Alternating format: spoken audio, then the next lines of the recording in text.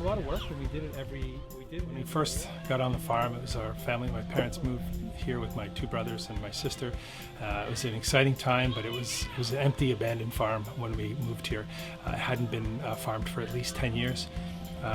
There was no trees on the farm. The landscape was flat and no ponds, and we decided to change that. We planted hundreds of thousands of trees, dug ponds, recreated a whole new environment here, and little did we know that it was a perfect environment for people to come and enjoy themselves at.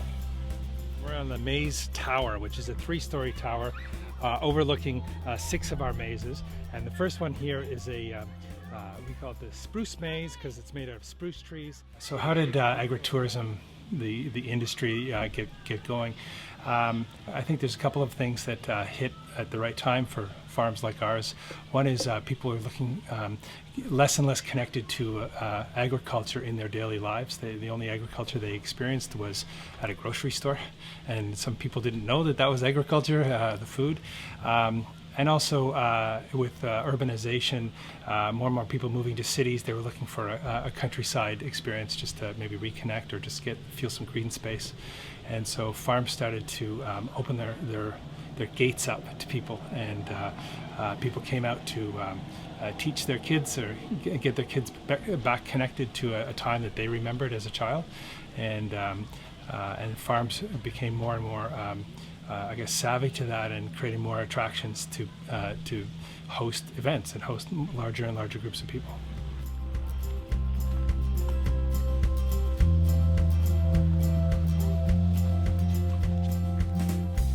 The Canadian Experience Maze is a really fascinating maze here at the farm. We already had on our farm, I think we had about 5 or 6 mazes already built when we decided we wanted to do something different and unique. We had met Adrian Fisher at a number of conferences, and Adrian Fisher is probably the world's preeminent maze designer. He's based out of the United Kingdom. And Mark, my husband, and he had spoken at a conference together. So we had this ongoing conversation for a while, and then finally decided we needed to make something more concrete happen.